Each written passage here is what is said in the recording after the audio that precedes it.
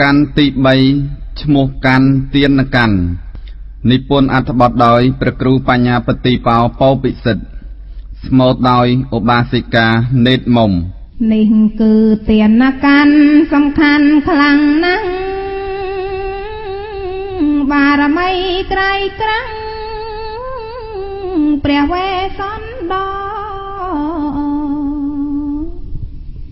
គេបំបបងឲ្យឆ្ងាយណក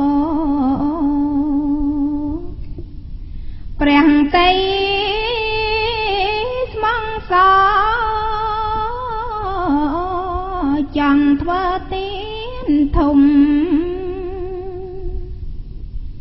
ឈ្មោះសត្វតាំងសាំងតាំងកាំងមហាទៀនមានន័យថាទៀនអត់ដងអត់ដំប្រើអា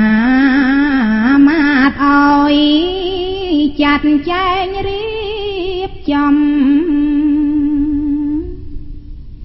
ឈ្មោះមហាទៀនធំ700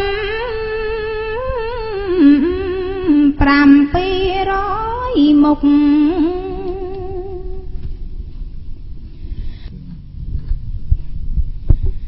គឺឲ្យប្រដាប់ដំរីនឹងសេះ700រទេះត្រលន់ត្រលុកកោអ៊ុងសុភារាជនឹងមេកោធ្មត់អាវក្បៃសំពត់មាំងប្រាំងកៅកទាំងបាយទឹកនំចំណីអា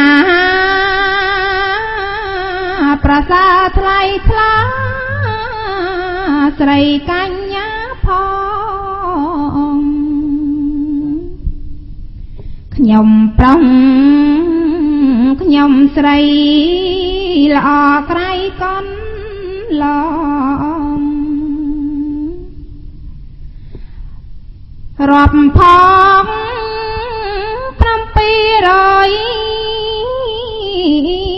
700មុខជាងណាហើយសពបរងផងទាំងឡាយអើយវេទន្តរនេះហើយសាងទៀនអង្គចា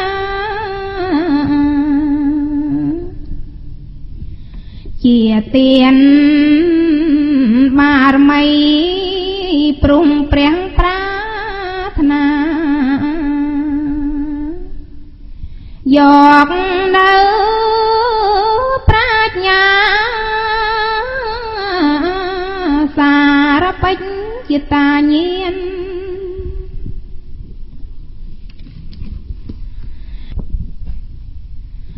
កាលនោះសំលេងសូរស័ព្ទអង្ចាក៏ក្រើកហែងមី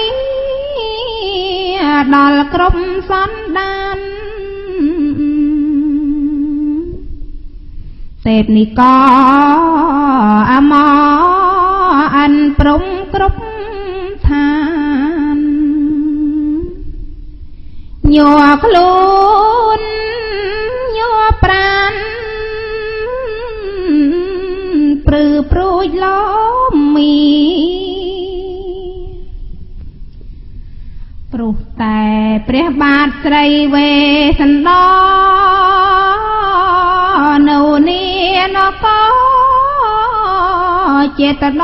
នោះណាសាងសតੰសង្តកੰមហាទៀនអង្គចាទាំងមនុស្សទេវតាជ្រះថ្លាខ្លាំងក្រៃ